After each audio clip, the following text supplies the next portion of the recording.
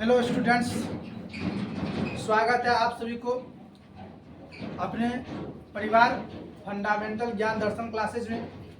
आज मैं class 10th का चैप्टर नंबर 5 अर्थमेटिक प्रोग्रेशन यानी कि समांतर श्रेणी को शुरू करने वाले हैं। तो आप लोग वीडियो के अंत तक बने रहिए और वीडियो को पूरा ध्यान से देखिए ताकि आने वाले परीक्षा में आप अपना बेहतर कर सके। चलिए बिना देरी किए हुए चलते हैं अपने चैप्टर की ओर। तो चैप्टर नंबर 5 जो है वो है अर्थमेटिक प्रोग्रेशन यानी कि समांतर श्रेणी। इसमें हम श्रेणी के बारे में पढ़ेंगे, उससे कुछ संबंधित टर्म है। सबसे पहले हम उसको जान लेते हैं। तो सबसे पहली जो बात आती है कि अनुक्रम का बात आता है, सीक्वेंस का बात आता है। सीक्वेंस क्या होती है, अनुक्रम क्या होती है। तो अनुक्रम का मतलब होता है कि कोई भी संख्या लिखी गई है या कोई भी वस्तु है जो अपने पिछले वाली संख्या या वस्तु के अनुसरण करते हुए आगे की ओर बढ़ते हैं, उसे ही क्या कहते हैं, अनुक्रम कहते हैं। यानी पिछली वाली संख्या जिस पैटर्न पे लिखा हुआ है उसी पैटर्न के आधार पर अगला संख्या को लिखना ही अनुक्रम कहलाता है।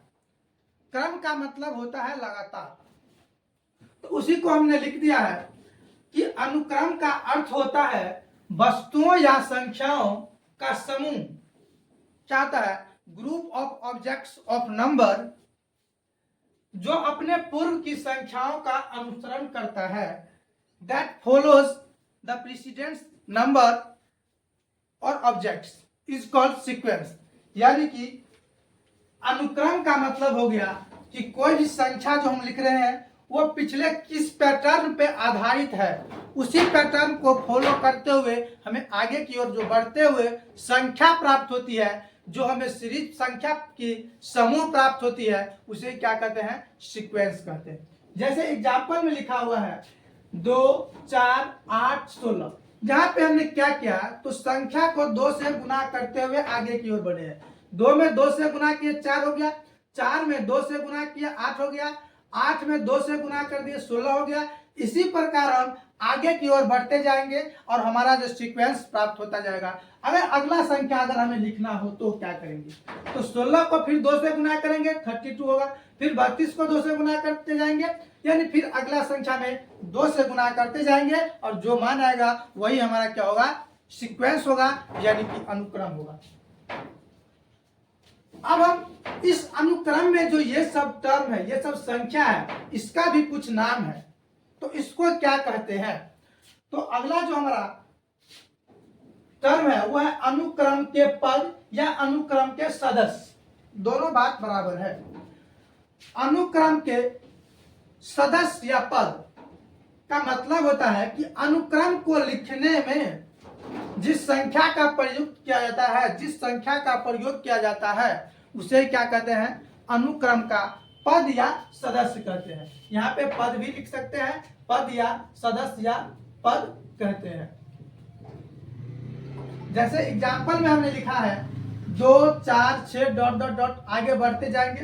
तो ये 2, 4 और 6 जो है इस अनुक्रम का क्या है, तो सदस्य है। इस अनुक्रम का टर्म है, क्या है, पद है, यानी सदस्य है। अगला जो हम बात कर रहे हैं कि अब इस ये जो टर्म है 2, 4, 6, इसी प्रकार ये 2, 4, 8 था, सॉरी यहाँ पे क्या हो जाएगा, 8 हो जाएगा। तो अब इसको क्या लिखेंगे, तो ये अनुक्रम का जो ये टर्म है, इसके अनुक्रम के प्रथम, द्वितीय, तृतीय, चतुर्थ, पंचम, यानी जितना सदस्य होगा उसको हम लिखते हैं क्या, पहला पद को या सदस्य को T1 से, दूसरा को T2 से, T3, T4, T5 dot dot, ऐसे करके जितना नंबर हमें लिखना है उतना करके लिखेंगे, या A1, A2, A3 dot dot से सूचित किया जाता है। यानी एपी सीक्वेंस के, किसी भी सीक्वेंस के प्रथम क्रम के प्रथम, द्वितीय और तृतीय, इसी प्रकार चौथा पांचवा होगा, इसको T1, T2, T3 dot dot से रिप्रेजेंट करेंगे, या A1, A2, A3 या A4 डॉट डॉट डॉट, जहां जिस टर्म की जरूरत होगा उससे हम सूचित करेंगे। तो जैसे यहाँ पे लिखा है 2, 4, 6 और 8, ये भी एक प्रकार का सीक्वेंस है। तो T1 का मान कितना हो गया, 2 हो गया। दूसरा पद क्या है, 4, तो T2 का मान कितना हो गया, 4। तीसरा टर्म कितना है, 6, तो T3 का मान कितना हो गया, 6। इसी प्रकार हम T4 का मान लिखेंगे तो 8 हो जाएगा। तो आशा करते हैं आप लोगों को समझ में आता होगा। चलिए अब हम चलते हैं एपी में, यानी कि हमारा जो टॉपिक है वो एपी है। एपी की ओर चलते हैं। तो एपी किसे कहते हैं, समांतर श्रेणी किसे कहते हैं। चलिए एपी में चलते हैं। अनुक्रम के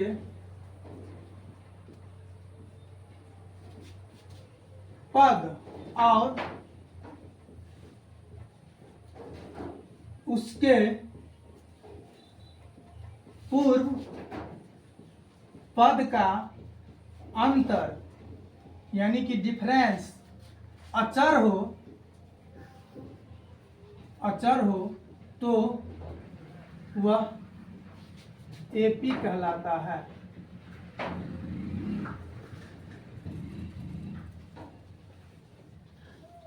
जैसे एग्जाम्पल में 1, 3, 5, 7 ... 4, 7, 10 ... यानी एपी का मतलब हो गया कि कोई भी अनुक्रम है उसके पद और उसके पिछले पद का बीच का अंतर अगर हमेशा कांस्टेंट है यानी अचर है तो उसे ही क्या कहते हैं, एपी कहते हैं। कहने का मतलब हो गया जितना 3 और 1 के बीच का गैप है उतना ही 5 और 3 के बीच का गैप होना चाहिए, उतना ही 7 और 5 के बीच का गैप होना चाहिए। यानी ये गैप यानी डिफरेंस अगर सेम है तो इसका मतलब दिया गया जो अनुक्रम है वो हमारा किस में है, तो वो एपी में है। जैसे हमने लिखा है 4, 7, 10 ... यानी इस दोनों के बीच का अंतर कितना है, 3 है। यहाँ भी बीच का अंतर कितना है, 3 है। अगर एक और हम अंक ले लेते हैं 14 तो 13, इसके बीच का अंतर भी कितना है, 3 है। यानी कि बीच का जो अंतर होना चाहिए किन्हीं दो टर्म, कोई भी दो टर्म ले ले, उसके पद और उसके पहले पद का बीच का जो अंतर होता है अगर वो अचर है तो वो एपी में होगा और अचर नहीं है तो एपी में नहीं होगा। सबसे पहला प्रश्न हो गया कि किसी भी अनुक्रम को अगर ये जांचना हो कि ये एपी में है या नहीं तो उसके लिए हम सबसे पहले क्या करेंगे, तो पहले क्या करेंगे, बीच का डिस्टेंस निकालेंगे यानी बीच का डिफरेंस निकालेंगे, अंतर निकालेंगे। अगर डिफरेंस सब में सेम है इसका मतलब जो हमारा अनुक्रम दिया गया है वो क्या है, एपी में है। अगर डिफरेंस सेम नहीं है इसका मतलब जो अनुक्रम दिया गया है वो एपी में नहीं है। अब हम चलते हैं इस एपी का जो ये सब टर्म है इस टर्म को किससे रिप्रेजेंट करते हैं, A1, A2, E3 ... या T1, T2, T3 से रिप्रेजेंट करते हैं। यानी कि यहां पर एपी के प्रथम, द्वितीय, तृतीय ... पद को क्रमशः T1, T2, T3 ... या A1, A2, A3 से रिप्रेजेंट करते हैं, से सूचित करते हैं।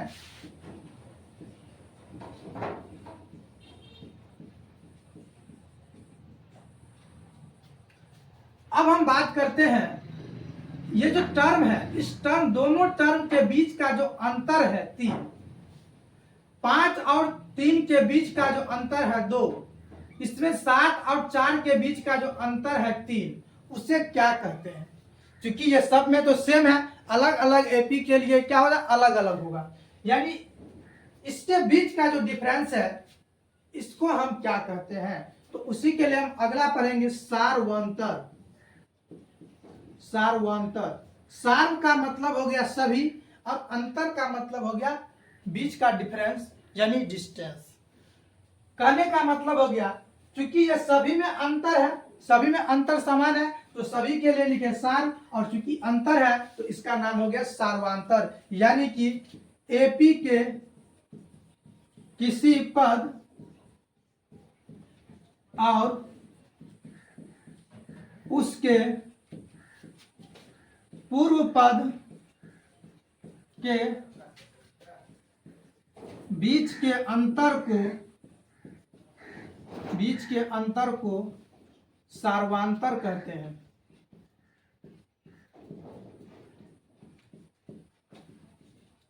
और सार्वांतर को इससे डी से सूचित किया जाता है।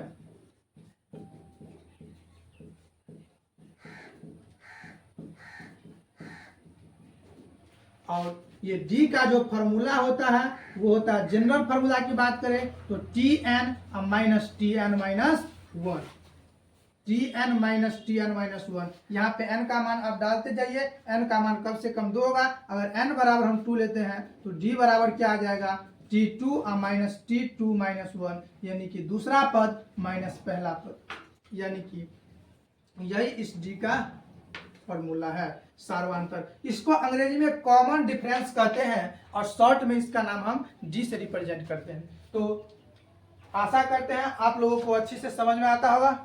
तो अब हम चलते हैं यहाँ क्वेश्चन में एपी के प्रकार के बारे में। एपी के कितने प्रकार होते हैं? देखिए, तो एपी का 2 प्रकार होते हैं। एक एपी का प्रकार होता है जिसमें एपी के पदों की संख्या निश्चित कर दी गई होती है, यानी उसके आगे हम नहीं लिख सकते हैं। और दूसरा होता है कि जिसको हम आगे की ओर जहां तक मन होता है वहां तक बढ़ा सकते हैं। तो इस आधार पर एपी को 2 भागों में बांटा गया है। एपी के 2 प्रकार होते हैं, एक होता है परिमित एपी और दूसरा होता है अपरिमित एपी। तो चलिए चलते हैं एपी के प्रकार में।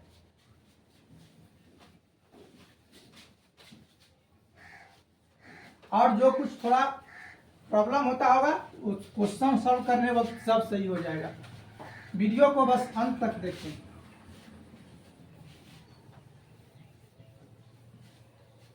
और अच्छा लगे तो सेशन को भी लाइक करें, ताकि इसी तरह से मैं आपके लिए अगला सेशन लेके आता रहूं। अब हम चलते हैं एपी के प्रकार। एपी के प्रकार, टाइप्स ऑफ अर्थमेटिक प्रोग्रेशन। तो चूंकि एपी 2 प्रकार के होते हैं,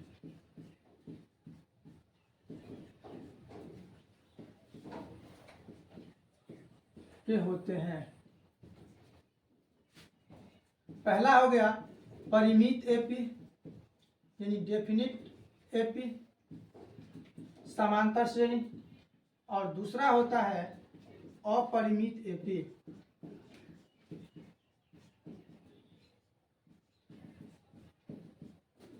परिमित एपी होता है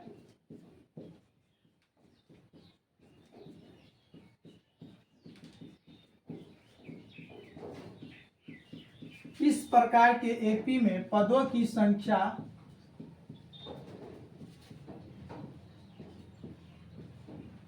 निश्चित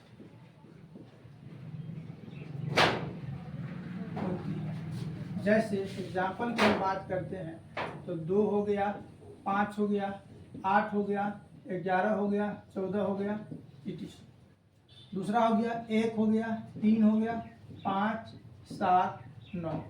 ये क्या है? डेफिनिट एपी है, यानी कि परिमित एपी है। इसको हम आगे की ओर नहीं बढ़ा सकते हैं। दूसरा जो है अपरिमित एपी।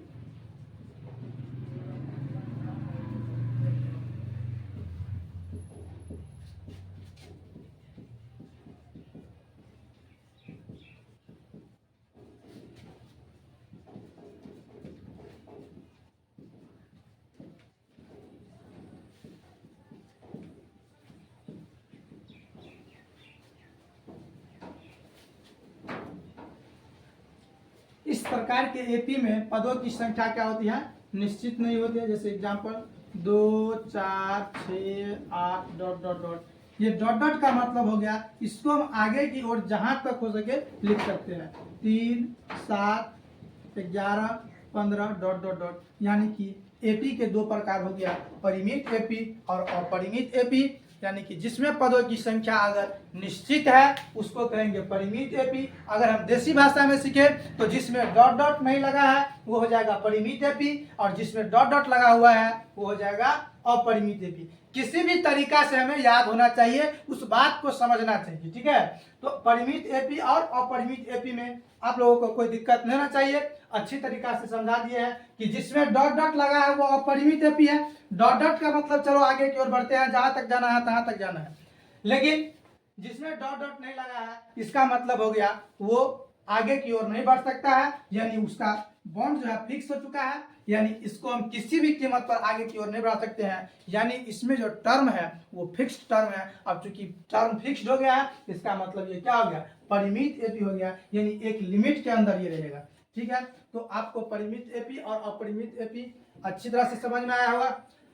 अब हम बात करेंगे कुछ प्रश्न के बारे में, कुछ और टर्म है जैसे एपी का nवां पद क्या होता है, इस सब के बारे में बात करेंगे। तो चलिए हम बताते हैं अब एपी के nवें टर्म के बारे में।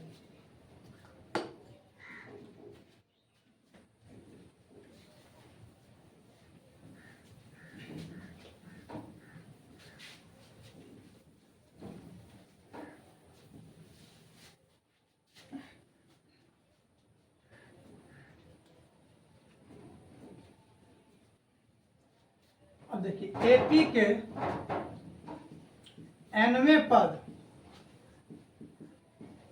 को tn से सूचित करते हैं। अब tn का हम फार्मूला लिखने वाले हैं, तो tn का फार्मूला क्या होता है, तो tn बराबर होता है a प्लस n माइनस 1 का होल इंटू डी, जहां पे a क्या है, जहां a बराबर प्रथम पद, n बराबर पदों की संख्या और d बराबर सार्वंतर। यानी कि अगर हमें प्रथम पद और जमा पद निकालना है वो और सार्वंतर दिया है तो जितना पद निकालना है हम आसानी से निकाल सकते हैं। जैसे एग्जाम्पल में चलते हैं, एपी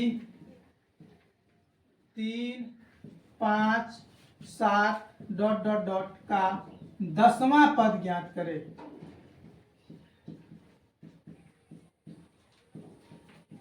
अब 10वां पद ज्ञात करना है, यानी कि nवां पद हो गया, तो n का मान कितना दे दिया है, 10 दे दिया है। तो यहां से हम a का मान निकालेंगे, तो a कितना हो गया, प्रथम पद को a कहते हैं। यहां से d अगर हम निकालेंगे तो d बराबर होता है t2 माइनस t1, तो t2 का मान कितना है 5, अब माइनस t1 का मान कितना है तो 3, 5 में से 3 गया तो 2 हो गया, और n बराबर कितना दिया हमारा, n का मतलब हो गया कि जमा पद निकालना है उसका मान होता है n, तो n बराबर 10 हो गया, इसीलिए हम tn का मान लगाएंगे तो a प्लस n माइनस 1 का होल इंटू डी। अब n के जगह हम 10 देंगे तो t 10 बराबर a का मान कितना है 3 प्लस 10 माइनस 1 गुना डी का मान कितना है 2, यानी 3 प्लस 9 गुना 2 बराबर 3 प्लस 18 इक्वल्स टू 21, यानी इस तरह का प्रश्न होगा। तो अब एपी का सारा टर्म हो गया। अब हम चलते हैं किताब की ओर, जहाँ पे कुछ प्रश्न को सॉल्व करेंगे,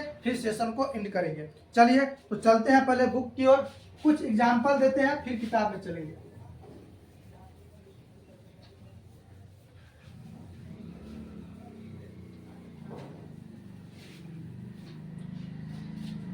एक्सरसाइज 5.1 कितना है, एक्सरसाइज 5.1।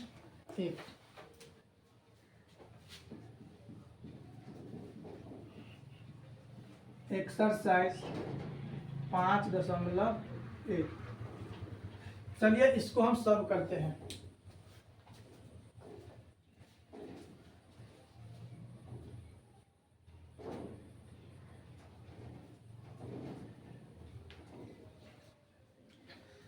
तो 5.1 में दिया हुआ है कि कहता है कि निम्न प्रकार से परिभाषित अनुक्रमों के प्रथम 3 पद ज्ञात करें, यानी प्रथम 3 पद ज्ञात करना है। तो पहला जो प्रश्न है वो Tn बराबर दिया है कितना, तो Tn बराबर दिया है 3n प्लस 1, यानी Tn का मान दिया है 3n प्लस 1 दिया है और इसके हमें 3 पद ज्ञात करना है। तो प्रथम 3 पद ज्ञात करना है तो n का मान हम 1, 2 और 3 लेते जाएंगे और इसमें मान डालेंगे, जो आएगा वही उत्तर होगा। चलिए सॉल्यूशन, चूंकि Tn बराबर दिया है 3n प्लस 1, तो माना n बराबर हम ले लेते हैं n बराबर 1, 2 और 3, 3 टर्म निकालना है तो 1, 2, 3 मानेंगे। 4 निकालना होता तो 1, 2, 3, 4 मानते, यानी जितना निकालना होता n का मान हम वहां तक मान लेते। तो प्रथम पद के लिए n बराबर कितना होगा, तो 1 होगा। इसलिए अब इसमें हम क्या करेंगे, तो n के जगह 1 दे देंगे, तो t और n के जगह 1 देंगे, तो t1 बराबर 3 गुना n का मान कितना है 1 और प्लस 1, यानी 3 इकाई 3 और प्लस 1 बराबर कितना आ गया 4।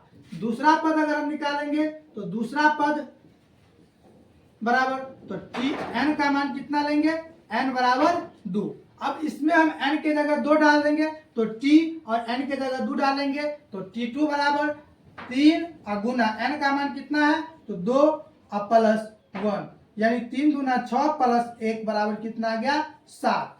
तीसरा पद अगर हम निकालेंगे तो तीसरा पद बराबर आ जाएगा कितना, तो n का मान आ जाएगा n बराबर 3, तो t3 बराबर, तो 3 गुना 3 और प्लस 1, यानी 9 प्लस 1 बराबर कितना आ गया 10।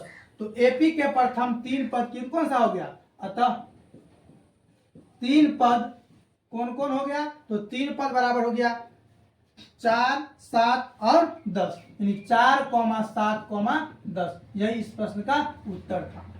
दूसरा जो क्वेश्चन है, दूसरा क्वेश्चन दिया है Tn बराबर दिया है 2 के पावर n। अब हम लिखेंगे प्रथम पद n बराबर कितना हो जाएगा 1, तो T1 बराबर हो जाएगा 2 के पावर 1, यानी 2 हो जाएगा।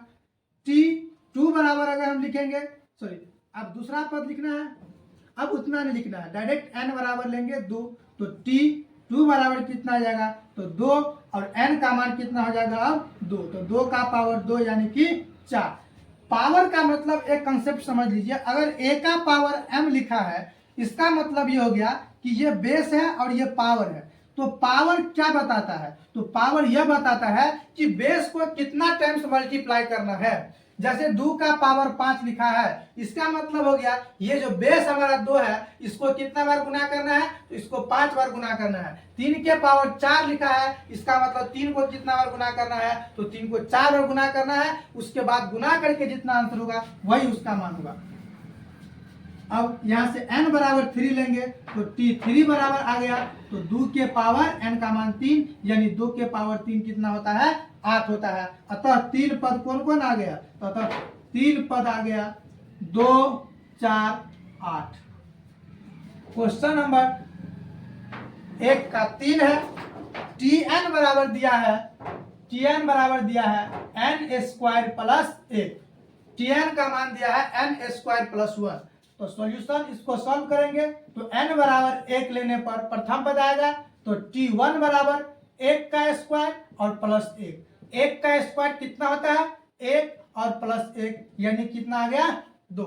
फिर n बराबर लेंगे 2, तो T2 बराबर आ जाएगा, n का मान 2 दिए तो T2 आ गया। अब 2 का स्क्वायर करेंगे, n के जगह देंगे 2 का मान और 1, तो 2 का स्क्वायर 4 प्लस 1 कितना आ गया 5 आ गया। अब n बराबर कितना लेंगे 3 लेंगे, तो T3 का मान आ गया, तो n का मान कितना है 3, तो 3 का स्क्वायर और प्लस 1, यानी कि 3 का स्क्वायर 9 प्लस 1 बराबर 10।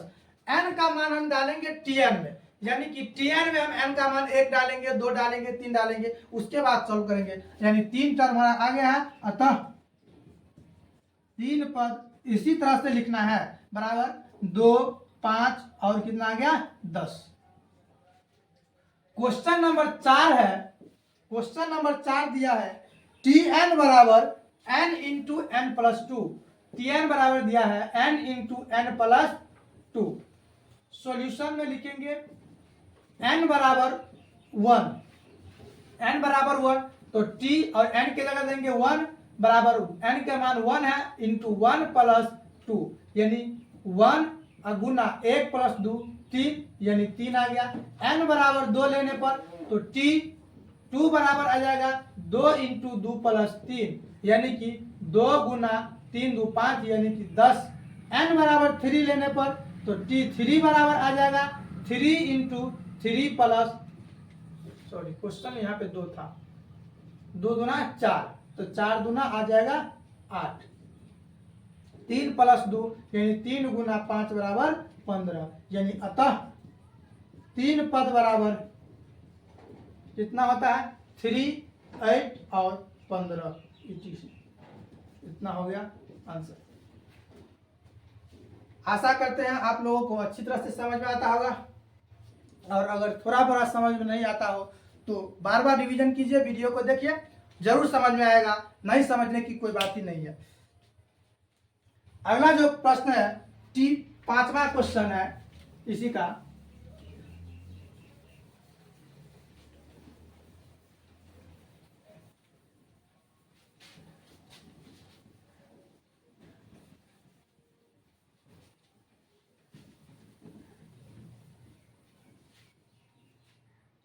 पांचवा क्वेश्चन दिया है Tn बराबर 2n प्लस 5।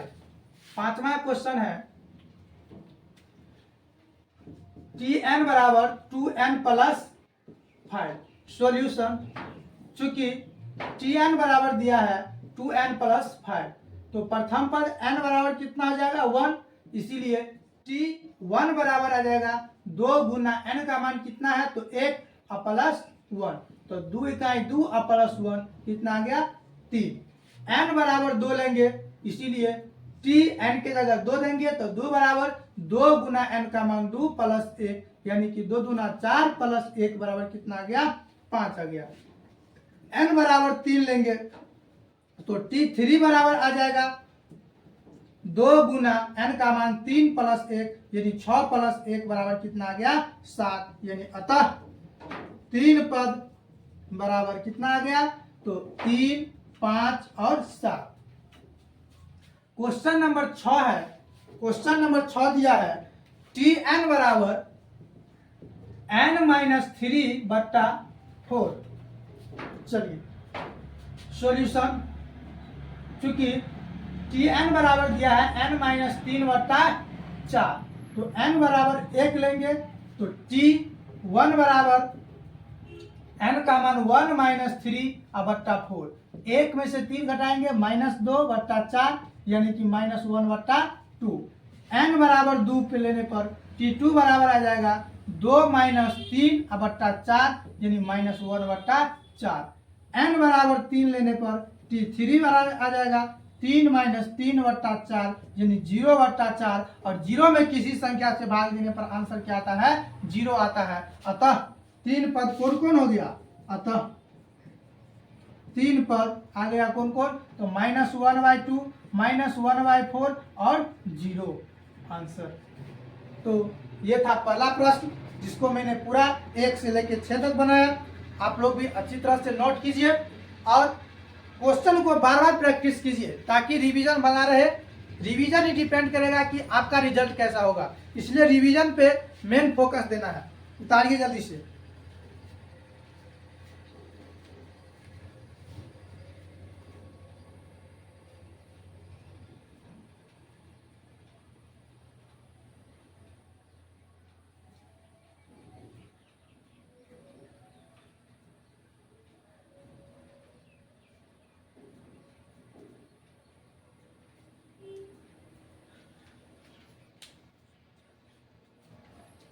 चलिए, तो आज के लिए बस इतना ही रहने देते हैं, फिर मिलते हैं अगले से।